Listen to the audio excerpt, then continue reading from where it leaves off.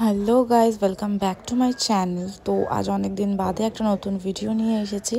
তো আমি ভালো করে ফেস ওয়াশ করার পরে আমি ময়শ্চারাইজারটাকে অ্যাপ্লাই করে নিচ্ছি। আর তোমরা সবাই কেমন আছো সেটা অবশ্যই আমাকে কমেন্ট করে জানিও। আর পিছনে দেখো যে লোকেও মানে সত্যি দাঁড়িয়ে দাঁড়িয়ে ওখান থেকে লোক দেখছে। তো যাই হোক, আমি ভালো করে ময়শ্চারাইজারটাকে অ্যাপ্লাই করে নিই। এরপর ডট অ্যান্ড কি একটা সানস্ক্রিন আমি অ্যাপ্লাই করে নিচ্ছি। আর এখানে যে আমি ময়শ্চারাইজারটা অ্যাপ্লাই করেছি ওটা কোরিয়ানের। তো সেটা আমি তোমাদেরকে কিছুদিন বাদে রিভিউ দেব যে আমি যে প্রোডাক্টগুলো এখন ইউজ করছি সেগুলো আদৌ ভালো কি না বা কতটা এফেক্ট করছে আমার ফেসে। তো ওইটা আমি কিছুদিন আরও কয়েকদিন অ্যাপ্লাই করার পর তারপর তোমাদের সাথে আমি ওই রিভিউটা শেয়ার করব। তোমরা ওটা অ্যাপ্লাই করবে কি করবে না। এরপর আমি কালার কারেক্টার অ্যাপ্লাই করে নিচ্ছি। আর চোখে মানে জাস্ট আমি আইশ্যাডো কিচ্ছু লাগাইনি, তাই জন্য আমি ওই ক্লিপটাও নিইনি। শুধু জাস্ট একটুখানি হালকা করে আমি লাইনার পরে নিয়েছি।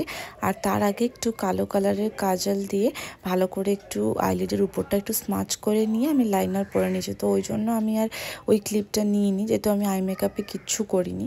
তো এখানে আমি কালার কারেক্টার দিয়ে ভালো করে কারেকশান করে নিচ্ছি যেখানে যেখানে আমার পিম্পলসের দাগগুলো আছে। এরপর হচ্ছে ফাউন্ডেশন অ্যাপ্লাই করে নিচ্ছি। আর ফাউন্ডেশনটা একদম অল্প করে লাগাচ্ছি, একদমই অল্প করে। আর আমি জাস্ট আইব্রোটাকে ড্র করে নিয়েছিলাম।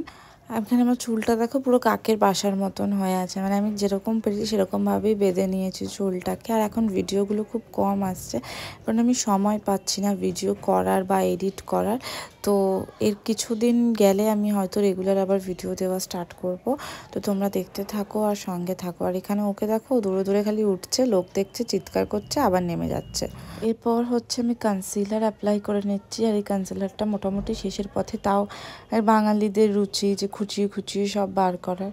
তো ওরকমই আমি খুঁচিয়ে খুঁচিয়ে বার করার চেষ্টা করলাম। করার পরে যেটুকু বেরিয়েছে সেইটুকুনি লাগিয়ে আমি ভালো করে ব্লেন্ড করে নিচ্ছি।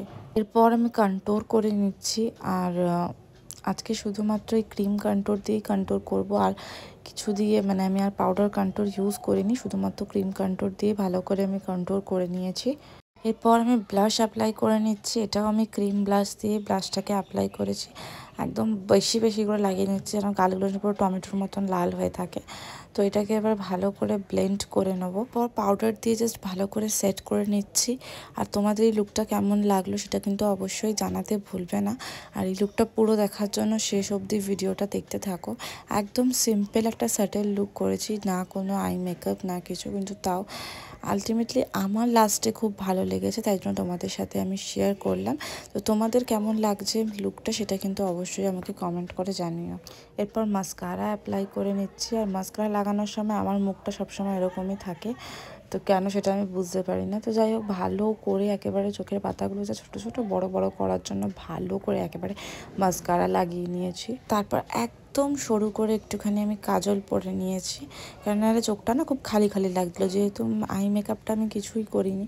তো ওই জন্য চোখটা খুব খালি খালি লাগছিলো বলে একদম হালকা করে আমি কাজল পরে নিয়েছি। পর হচ্ছে লিপ লাইনার দিয়ে আমি একটুখানি হালকা করে ঠোঁটটাকে এঁকে নিয়েছি যাতে একটু মোটা মোটা লাগে। এবার একটা নিউড শেডের লিপস্টিক আমি অ্যাপ্লাই করে নিয়েছি, একটা চকলেট কালারের। তারপর জাস্ট হাইলাইটার লাগিয়ে আমি লুকটাকে কমপ্লিট করেছি। তো তোমাদের কেমন লাগছে মেকআপটা আমাকে কিন্তু অবশ্যই জানিও। ভালো লাগলে একটা লাইক, কমেন্ট আর শেয়ার করে দিও। দেখা হচ্ছে নতুন কোনো ভিডিওতে, ততক্ষণের জন্য টাটা।